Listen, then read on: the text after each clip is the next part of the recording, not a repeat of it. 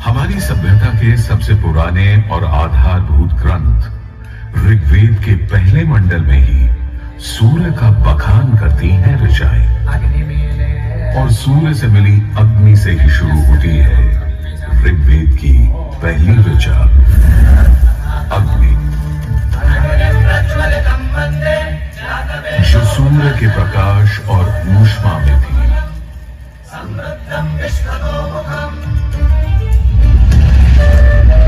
अग्नि, जो दावानल और ज्वालामुखी में प्रलयंकारी विध्वंसक के रूप में विद्यमान थी। अग्नि, जो चौखट पर पहरेदार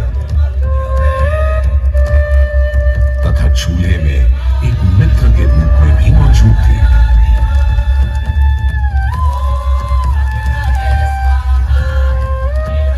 तभी तो भारत ही नहीं, पुरातन मिस्र में रा, दक्षिण अमेरिका में इंती, अफ्रीका में लीजा, फारस में अगी, चीन में झुराम, जापान में कागुत्सूची और कोजिन, तुर्की में अलाज, यूनान में हेफेस्टोस हेलिकोस और रोमनों में वाल्कैन और फीबस जैसे पौराणिक अग्नि स्वरूप देवों की कल्पना विद्यमान है।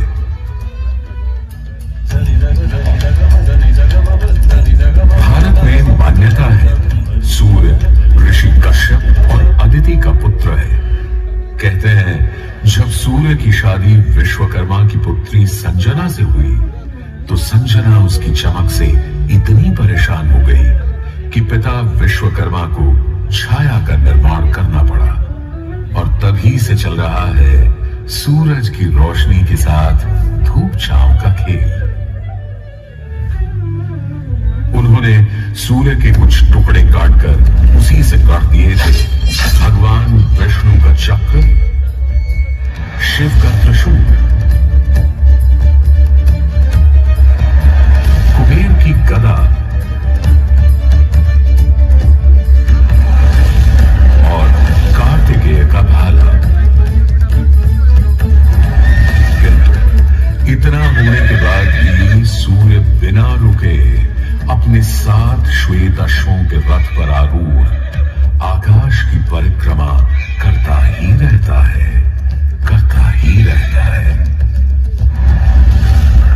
असल में हमारे मानव बनते और 2 पैरों पर खड़े होते ही हम समझ गए थे सूर्य का प्रचंड प्रताप और प्रकाश, उसकी जीवनदायिनी शक्ति हर पल बदलते संसार में, हर रात घटते बढ़ते चांद वाले आकाश में केवल एक सूर्य ही है जो हर रोज सही समय पर उदय होकर हमारी दुनिया को जगमग, जागृत और जीवित कर देता है और हमें एक अवश्यंभावी स्थायित्व का आभास देता है।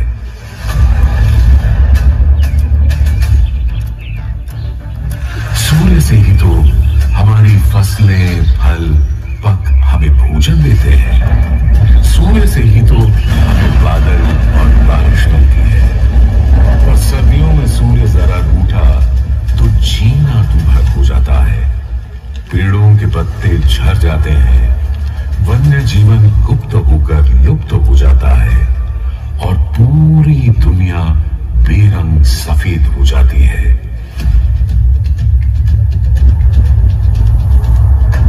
सूर्य ही तो सारे संसार को ऊष्मा, ऊर्जा और ओज से ओतप्रोत करता है।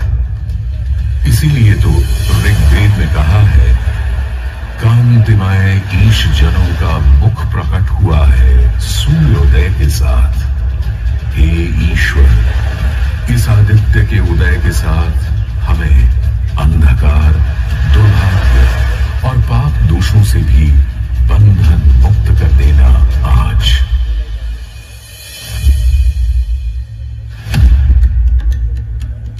और अगर ग्रहण के समय सूर्य कुछ क्षणों को लुप्त हो जाए तो सारे संसार में हाहाकार मच जाता है।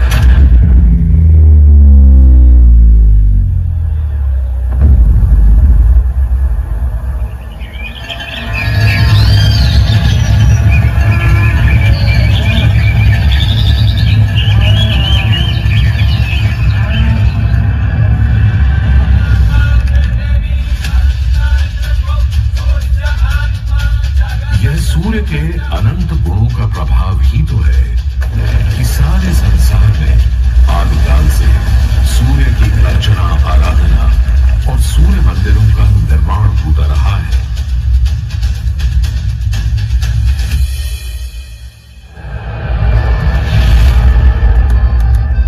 दक्षिण अमेरिका के इंका काल के सूर्य उपासना स्तूप, मिस्र के रामसेस मंदिर परिसर में स्थित सूर्य मंदिर,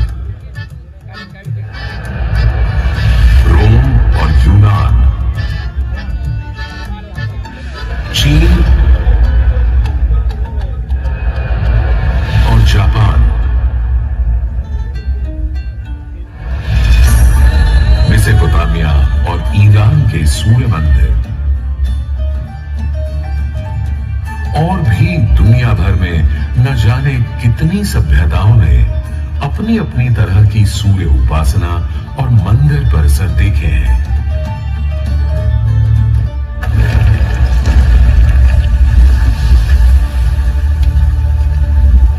उत्तर में कश्मीर में बना मार्तंड मंदिर, जहां भारत भर के मंदिर परिसरों में सबसे विशाल है, तो पूर्व में ओडिशा का कोणार्क मंदिर सबसे वैभवशाली, पूर्वोत्तर में असम और मणिपुर के सुंदर सूर्य मंदिर देखते बनते हैं, तो दक्षिण में तमिलनाडु, केरल, कर्नाटक आदि के सूर्य मंडप अपनी अलग छटा रखते हैं। उधर उत्तराखंड, उत्तर प्रदेश, बिहार, मध्य प्रदेश, हरियाणा और हिमाचल में भी सूर्य मंदिरों की हार माला सी बनी है।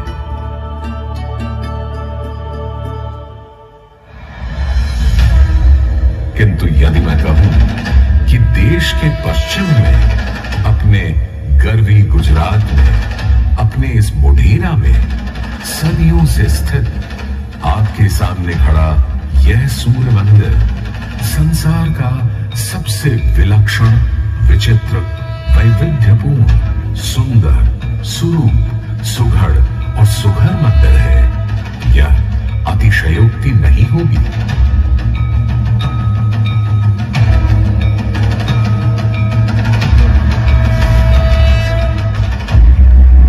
सदी में चालुक्य घराने के सूर्यवंशी सोलंकी सम्राट भीमदेव प्रथम ने तो यहां एक चमत्कार ही कर दिखाया। सम्राट भीमदेव प्रथम एक बड़े वीर और प्रतापी राजा थे। एक तरफ उन्होंने सोमनाथ का मंदिर तोड़ने वाले महमूद गजनवी से टक्कर ली और उसके तोड़े सोमनाथ को दोबारा से खड़ा किया, तो वहीं पूरे गुजरात में तमाम नए किले, मंदिर, तालाब और वाव बनवाए। उनके अद्भुत शिल्प प्रेम के आज तक साक्षी है सिद्धपुर का रुद्रमहालय, पाटन का सहस्त्रलिंग तालाब, आबू और देलवाड़ा के मंदिर, वहीं उनकी प्रिय पत्नी रानी उदयमती ने बनवाई थी रानी की वाव।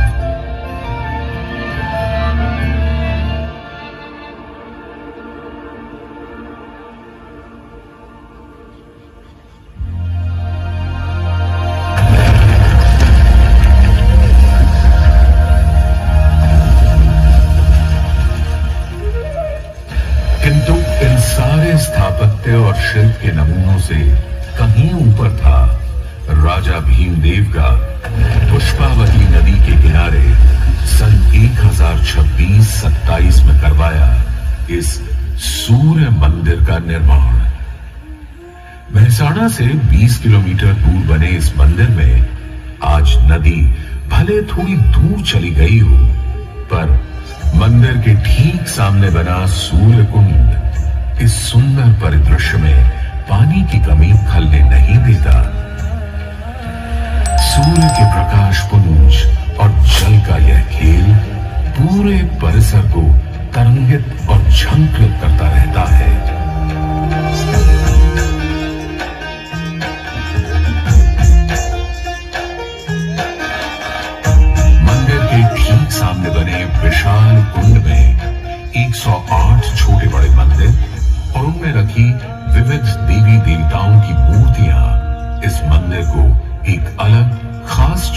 दिखाई देती हैं। इसका एक और नाम है रामकुंड। और क्यों ना हो, जबकि यहां विस्तृत धर्मारण्य वन क्षेत्र में ही श्री राम ने मोढेरक का निर्माण करवाया था। इस कुंड के पानी में मंदिर इस तरह प्रतिबिंबित होता है कि लगता है मानो अग्नि और जल घुल मिलकर कोई खेल खेल रहे हो।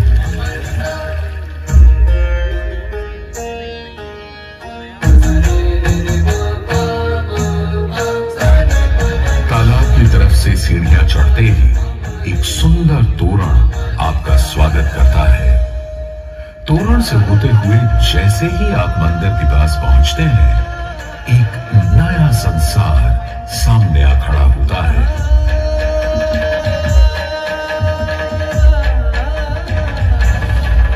मंदिर के सभा मंडप के सोपान पर बने 12 खंभे साल के 12 मास दिखाते हैं, तो 12 आदित्य और 12 गौरी भी यहाँ पत्थर पर उकेरी गई है।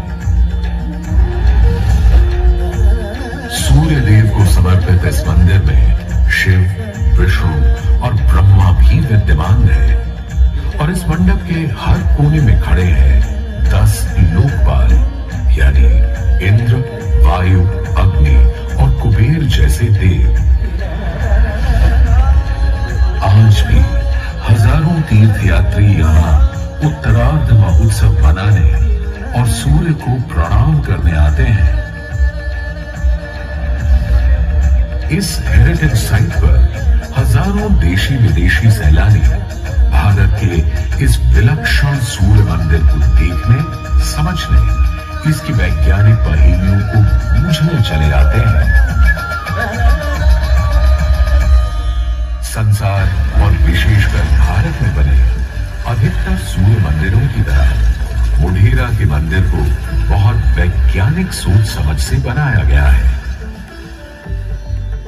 पूर्व पश्चिम धुरी पर पूर्वोन्मुखी यह मंदिर इस तरह रचा गया है कि विषुव पर्व के दिन, यानी उस दिन जब दिन और रात ठीक बराबर होते हैं, सूर्य की पहली किरण सीधे गर्भगृह में स्थापित सूर्य प्रतिमा पर ही गिरती थी।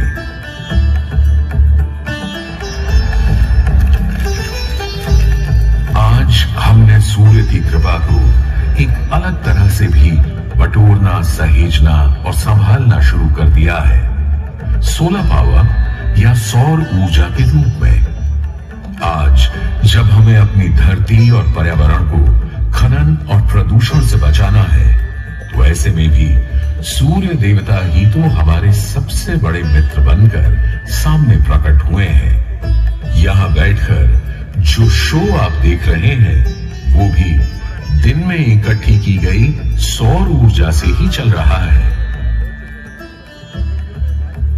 और क्यों ना हो, जब हमारा भारत प्रधानमंत्री आदरणीय नरेंद्र मोदी जी के प्रोत्साहन और नीतियों से दुनिया का चौथा सबसे बड़ा सौर ऊर्जा बनाने वाला राष्ट्र बन गया है।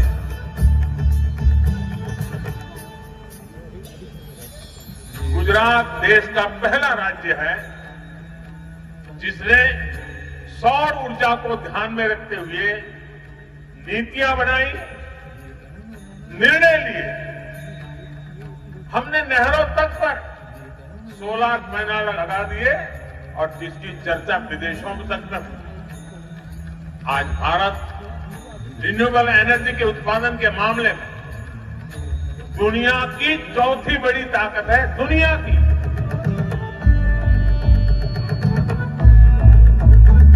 आज भले ही इस मंदिर से सूर्य की मूर्ति हट गई हो, पर सूर्य ने अपनी कृपा दृष्टि कभी हमारे संसार से नहीं हटाई। हम तो बस मोढेरा के सूर्य मंदिर में फिर आए हैं और कवि प्रदीप की लिखी इन पंक्तियों से आकाश में विद्यमान सूर्य से गुहार लगाए कि जगत भर की जिंदगी के लिए, करोड़ों की रोशनी के लिए सूरज रे चलते रहना, सूरज रे चलते रहना।